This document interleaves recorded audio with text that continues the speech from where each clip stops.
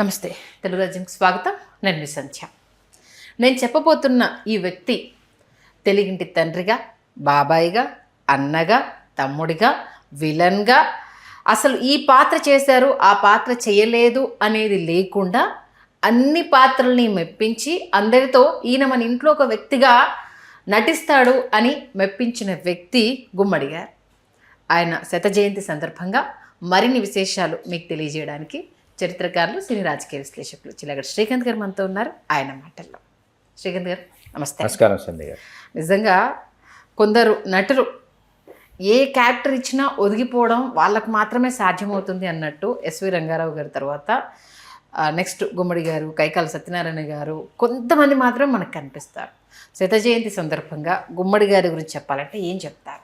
గుమ్మడి గారిని చూస్తే నాకు ఒక విశ్వామిత్రుడు గుర్తొస్తాడు, భృగు మహర్షి గుర్తొస్తాడు, దూర్వాసుడు గుర్తొస్తాడు, బలరాముడు గుర్తొస్తాడు, దశరథుడు గుర్తొస్తాడు, భక్తపోతన గుర్తొస్తాడు, కబీర్దాస్ గుర్తొస్తాడు.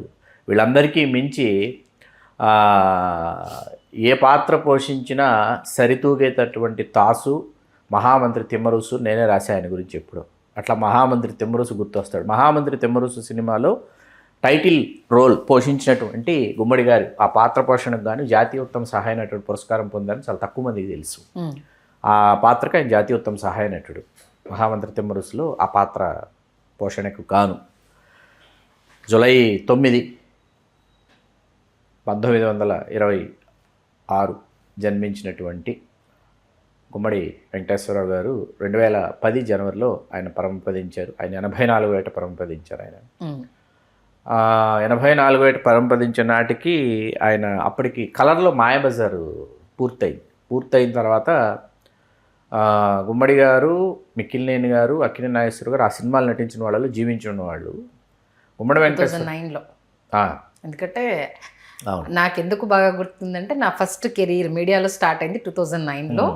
అన్ఎక్స్పెక్టెడ్గా సినిమా ఇండస్ట్రీ తరఫు నుంచి నా ట్రావెల్ అనేది స్టార్ట్ అయినప్పుడు ఆ మేకింగ్ జరుగుతున్న ఆ స్టూడియోకి సంబంధించి ఎలా ఉంటుంది ఏంటి యాజ్ ఎ ట్రైనీగా నన్ను తీసుకెళ్ళారు. అందుకే బాగా గుర్తుంది నాకు 2009. ఆ సమయంలో సినిమా చూసిన తర్వాత గుమ్మడి వెంకటేశ్వరరావు గారు ఆయన అప్పటికి అనారోగ్య సమస్యలు ఎదుర్కొన్నప్పటికీ ఆయన చాలా మానసికంగా చాలా ఆరోగ్యంగా ఉండేవాళ్ళు కాబట్టి ఆయన అంతకాలం జీవించగలిగారు. ఆయన ఎందుకు జీవిస్తున్నామా అని ఆలోచిస్తే మాయాబజార్ని ఇలా రంగుల్లో ఇన్ని వర్ణాల కలబోతలో మాయాబజార్ని చూడటానికి నేను ఇంకా జీవించి ఉన్నానా అని అనిపించింది నాకు మాయాబజార్ని రంగుల్లో చూసిన తర్వాత అన్నారు గుమ్మడి వెంకటేశ్వర గారు. నాకు ఇంకా గుర్తు వస్తుంది.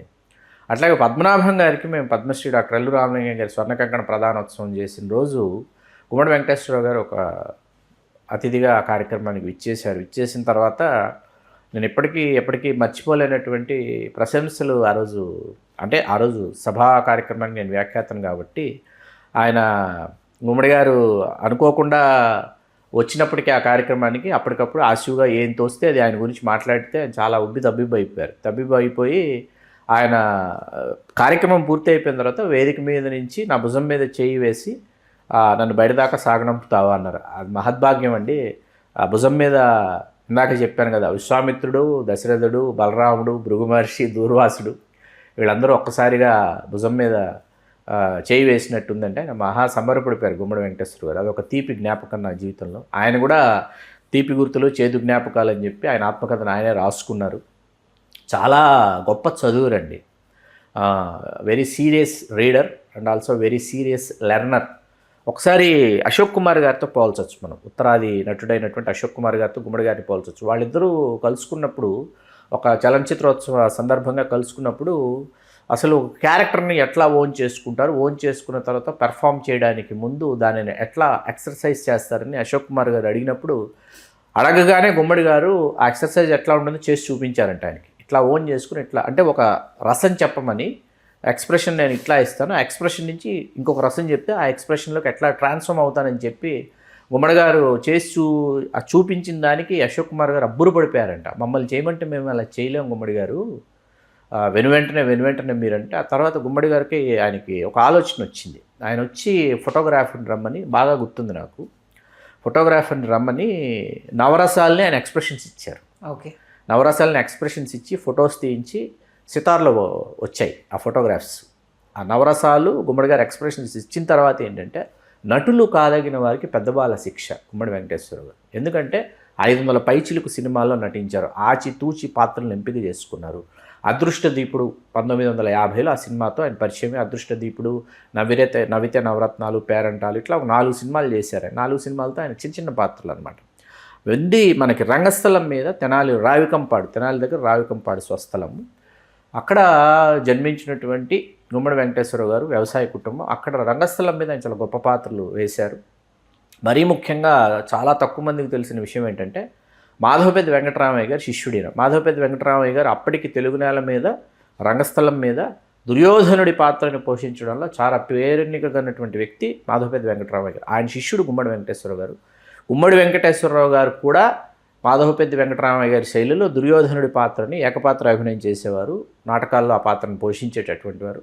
ఒక ఎలక్ట్రానిక్ షాపు కొంతకాలం నడిపారు. ముందు వచ్చి సినిమాల్లో అవకాశాలు రాక వెళ్ళి ఈ సినిమాల్లో చిన్న చిన్న పాత్రలు చేసి ఇంకా వెళ్ళిపోదాం, తిరిగి మళ్ళీ ఎలక్ట్రికల్ షాప్ ఏదో నడుపుకుందాం తెనాల్లో మనం వెళ్ళిపోదాం అనుకుంటూ రామారావు గారిని వెళ్ళి కలిశారు. ఓకే.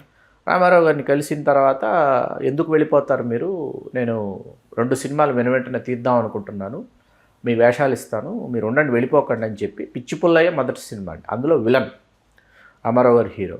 ఆ తర్వాత తోడు దొంగల్లో రామారావు గారు గుమ్మడి గారు తోడు దొంగలు అనమాట. ఈ 2 సినిమాలు ఫ్లాప్ అయినప్పటికీ గుమ్మడి గారికి కొంత గుర్తింపు వచ్చింది. గుమ్మడి గారు మిస్సమ్మలో ఒక అతిథి పాత్ర చేశారు. చేసిన తర్వాత ఏంటంటే పి పుల్లయ్య గారి దర్శకత్వంలో శాంతకుమారి గారు వాళ్ళు నిర్మిస్తున్న అర్ధాంగి సినిమాలో తండ్రి పాత్ర ఎవరు వేయాలి, జగ్గయ్య గారికి నాగేశ్వర గారికి తండ్రి పాత్ర ఎవరు వేయాలని చెప్పి గుమ్మడి గారు వెళ్ళి కలిసిన తర్వాత పి పుల్లయ్య గారు తీక్షణంగా చూస్తున్నారంట. గుమ్మడి గారు ఏంటంటే అలా చూస్తున్నారంటే, ఏం లేదయ్యా తండ్రి పాత్ర కిందలో ఎట్లా ఉంటామని చూస్తున్నారంటే, నేనేంటి తండ్రి పాత్ర ఏంటంటే, లేదా మేకప్ చేసి చూద్దామని చెప్పేసి మేకప్ టెస్ట్ చేశారు. చేసిన తర్వాత అస్సలు ఎవరు నమ్మరయ్యా, అసలు నువ్వు ఇంత యంగు, నిన్ను తండ్రి పాత్రలో ఇట్లా మేకప్ చేస్తే భలే ఉన్నావు అని చెప్పి పైన శాంతకుమార్ గారు ఉంటారు ఇంట్లో, కింద వీళ్ళ ఆఫీస్ అనమాట పద్మశ్రీ పిక్చర్స్. పైనుంచి శాంతకుమార్ గారిని పిలిచిన తర్వాత ఆవిడ వచ్చారంట. వచ్చే నీ మొగుడు వీడైనా చూసుకో అన్నారంట. ఓకే. సినిమాలో అంటే బాగానే ఉన్నాడు అని ఆవిడ అందంట. ఉన్నాడు, బాగున్నాడా, ఎల్లు అన్నారంట. వెళ్ళిపోయింది ఆవిడ. అయిపోయింది. కట్ చేస్తే షూటింగ్ ప్రారంభం రోజు గుమ్మడి గారు వచ్చారు. వస్తే ఈవిడ ఆయన రావాలి కదా అని చూస్తుంది, మేకప్లో చూస్తుంది కదా, గెటప్లో చూస్తుంది. ఏది చూస్తుంటే ఈయననే మేకప్ చేసుకుని వస్తాడు. ఇప్పుడు ఈ చిన్న పిల్లాడు కదండి, ఈ చిన్న పిల్లాడు ఏంటి నా మొగుడు ఏంటి, ఆ రోజు చూపిస్తే ఎలా ఉన్నాడంటే మేకప్ చేస్తే అలానే ఉంటాడు చూడు. రామారావు గారు నాగేశ్వరరావు గారు గుమ్మడి గారి కంటే చాలా చిన్నవాళ్ళు అండి. ఓకే, క్షమించాలి, చాలా పెద్దవాళ్ళు, ఇద్దరు పెద్దవాళ్ళు. రామారావు గారు నాగేశ్వరరావు గారు ఇద్దరు పెద్దవాళ్ళు. వాళ్ళిద్దరి కంటే గుమ్మడి గారు చిన్న. అయినప్పటికీ ఆయన వాళ్ళకి తండ్రిగా, మామగా ఆయన వేసిన పాత్రలు, తాతగా వాళ్ళకి తాతగా కూడా గుమ్మడి వెంకటేశ్వర గారు చేసినటువంటి పాత్రలు. అసలు మాయాబజార్లో బలరాముడి దగ్గర నుంచి వాస్తవానికి అర్ధాంగిలో ఏదైతే ఈ జమీందార్ పాత్ర ఉందో జగ్గయ్య గారికి నాగేశ్వర గారికి తండ్రి పాత్ర దగ్గర నుంచి వెనక్కి తిరిగి చూసుకోవాలి. అక్కడి నుంచి అటువంటి పాత్రలు వస్తుంటే మూస పాత్రలైనా గొప్పదనం ఏంటంటే అవి మూస పాత్రలు అయినప్పటికీ వాటిలో ప్రతి పాత్రలో వైవిధ్యం చూపించేటటువంటి నటనని గుమ్మడి గారు పోషించడం, సంభాషణ పలికేటటువంటి తీరు ఉంటుందండి చాలా స్ఫుటంగా.